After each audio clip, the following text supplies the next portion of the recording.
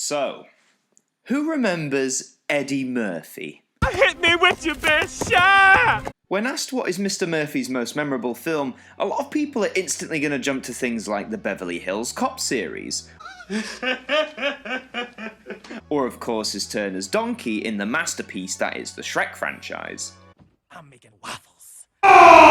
Me personally, it's clearly got to be Norbit, Meet Dave, or Imagine That. Did anyone else see Imagine That?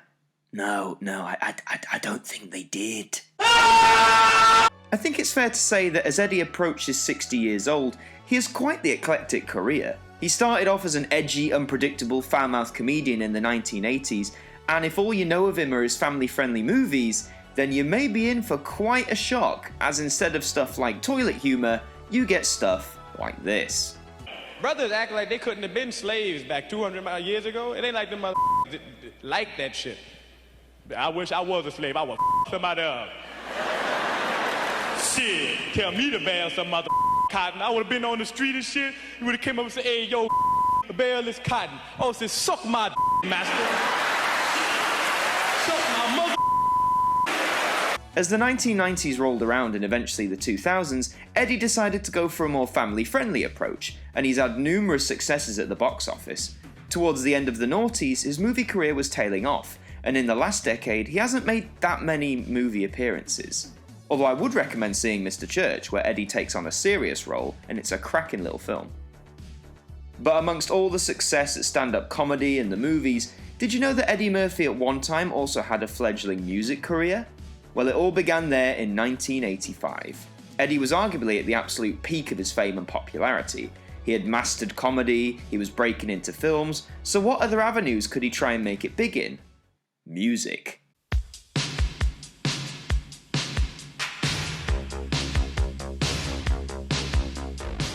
Eddie's first single was Party All the Time, which would subsequently go on to be his biggest and most memorable hit song, peaking at number 2 in the US charts. The song itself is arguably nothing special, sounding a lot like other pop hits of 1985, but in recent years the song has acquired a sort of cult status amongst music lovers. Yeah, sure, it's cheesy, but it does work wonders on the dance floor.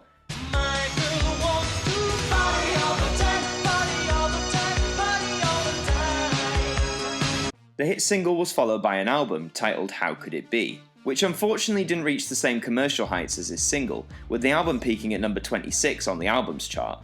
There was one more single taken from this album, and that is the title track, How Could It Be. It didn't chart on the mainstream pop charts, and I've gotta say, it's one of the most dreary 80s ballads I've ever heard in my life.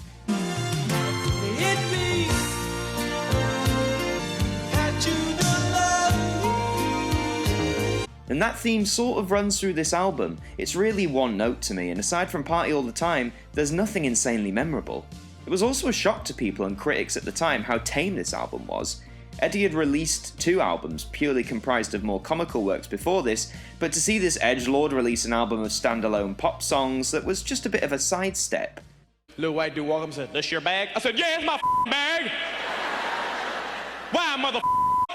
A black man can't have a suitcase? Points for trying, but not great execution. Hey, the new Celicas are talk of the town. In New York, it's almost as popular as I am. Take a look at the glamorous styling. And check out the dual-mode 4-wheel steering. And listen to the 10-speaker super live sound system. 10! Listen to it! Ah! Who will be the first to take a ride in the new Celica? Wanted. New Celica. Fast forward to 1989, the 80s are slowly coming to a close, but Eddie still has a little time to crank out one more album, to be titled So Happy. Now I'm fortunate, if you can call it that, to own this album on vinyl. Also for a title like So Happy, which makes sense due to his comedic roots, you'd think the cover reflected this somewhat, and as you can see, ironically or not, he looks as if someone has just told him that this record was a flop. It only made number 70 in the albums chart in the US, and had 2 singles spawned off of it. The lead single, Put Your Mouth On Me, just cracked the top 30, peaking at number 27. And this song definitely represents what pop music was sounding like at the end of the 80s, and my god are the lyrics a little creepy. Are you worthy of such a big reaction? Mr. Murphy, you need some satisfaction. I mean, the title itself, Put Your Mouth on Me? Come on, Eddie, I don't want to hear you sing about that. Just put your mouth on me. In fact, this whole album is a little creepy, especially some of the songs on side 2. It got so uncomfortable that I felt I had to shut my back garden door and close the curtains so no one could tell what I was listening to or who I was. And I think it's better than his first album, but nowhere near a masterpiece. Oh yeah, the second single, I forgot, Till the Money's Gone? Yeah, it didn't chart anywhere. Hardly worth mentioning then, I suppose. Have you tried the new Celica? You want to run with Eddie? Then get with it! Take a look at the Super Super styling. Check out the dual mode 4-wheel steering. Feel the music of the Gokigen 10-speaker Super Live sound system. You want to pick one up? You better order now. You're going to miss the boat. Wakata. One. New Celica. Third time is the charm, and 4 years definitely seems to be the ideal gap for Eddie, as indeed 4 years after So Happy, Eddie released his third studio album, Love's Alright, in 1993. And if his first album was boring and his second a little creepy, this one is just absolutely mental. I mean, it didn't make the albums chart in the US, and I can see why. The tracklist we have here is a random mix of the strange, sublime, and just a little out of place. All the singles from the album didn't chart anywhere either. I Was a King seems to imply that Eddie's on some sort of ancestral trip, and the follow-up single, What's Up With You, features a guest appearance from the king of pop himself, Michael Jackson.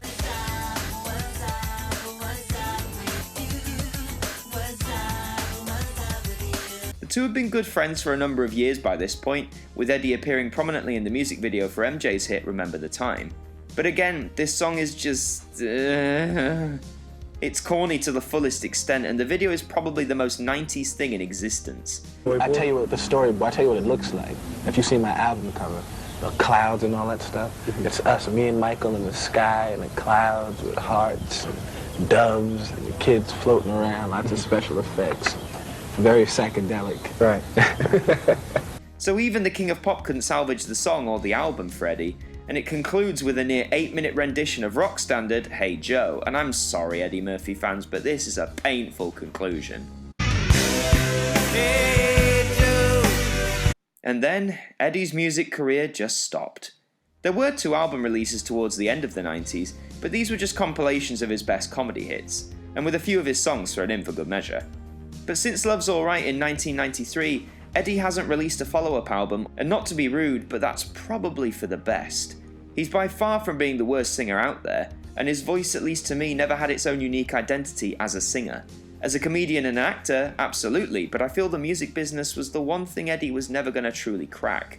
Oh, so suck my master. He still gets opportunities to sing in his movies, of course. For example, in the Shrek movies, Eddie gets to sing a bunch of times, often better than he sounds on his actual studio albums. I'm a believer, I couldn't leave her if I tried. I love my new Celica. I love it. Love this thing. The glamorous styling. This car is sexy. It's hot. Hot, hot, hot. There's a 10-speaker Super Live sound system.